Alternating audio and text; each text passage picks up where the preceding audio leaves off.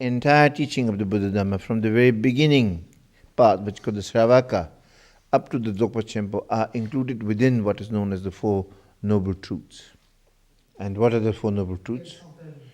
The suffering, truth of suffering, the origin of suffering,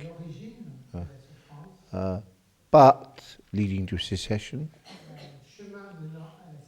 and the cessation self, which is very much, you see, what is the first? That there is suffering.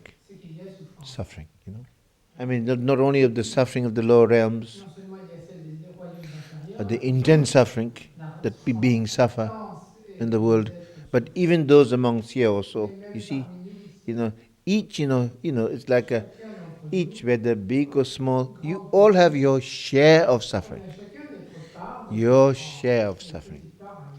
Some little bit more intense, others, basically it's like we all have suffering. And that's a fact, the suffering. Now, where does the suffering come from?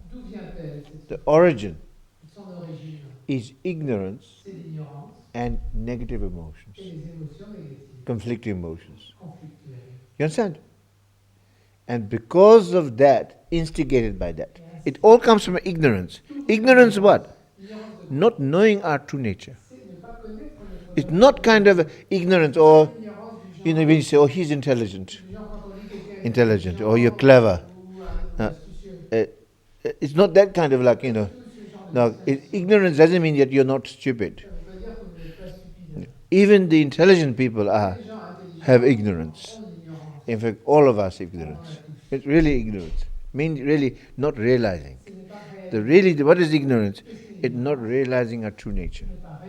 In fact, the realization of true nature is called shunyata. It's not about emptiness. When you talk about emptiness in Buddhism, it's a little bit misleading, because vacuite means something like empty. So empty here doesn't mean like an empty cup or empty container, because normally when you say empty, it gives a sense of like a nihilistic notion. It's not that at all. The emptiness, shunyata, basically is the inherent nature of everything. It's when you really realize the true nature of the ultimate nature of everything. That's shunya. The realization of that is wisdom. And then the tremendous compassion that comes from that wisdom for all those who have not realized is compassion, who have not realized that. As a result, they're obscured.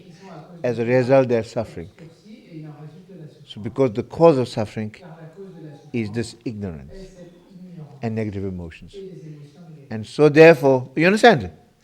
Now then you see what we need to do. You see, in order to bring about the cessation of the suffering, that the whole point is what?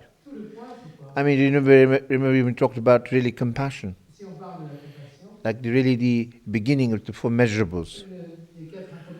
The compassion, really, when you generate compassion, on the motivation level, it's very much the four measurables: love, compassion, joy, equanimity.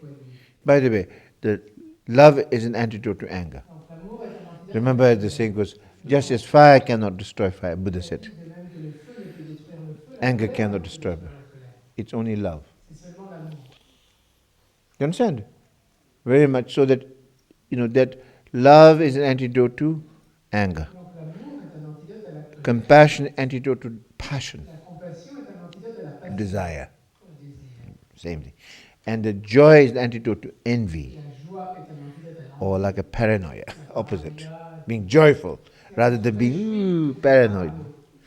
And then like equanimity is antidote to bias, or, like ignorance actually, very much. But then actually these are the four, but really when you break them down into two, love and compassion. And when you take love and compassion, what is it? What is love? Wanting all beings to have happiness and cause of happiness is love. What is compassion? Wanting all beings to be free from suffering and cause of suffering. Now, when you say all beings, that's where the difference. Because normally we have love, or we may have compassion, But that is only for, for example, we have compassion for poor people, not people who are arrogant, or we don't have compassion for them. So actually, when you really look deeply, is that even the arrogant people are suffering. Like, for example, sometimes people don't have compassion for like Hitler. You probably like them to fry completely in hell, and you love it. Yeah. I mean, that's really, that's how we are. Of course, they are really kind of, they are criminals, sure, absolutely. But really, when you look into the deeply, even they, because of the ignorance, they were like that. And they've created so much suffering in the world, which in many ways, they're not going to get away. They're going to suffer. And you realize that the ignorance and how they do, that even though, of course, you don't condone their actions, that you have actually compassion for them. Comprends?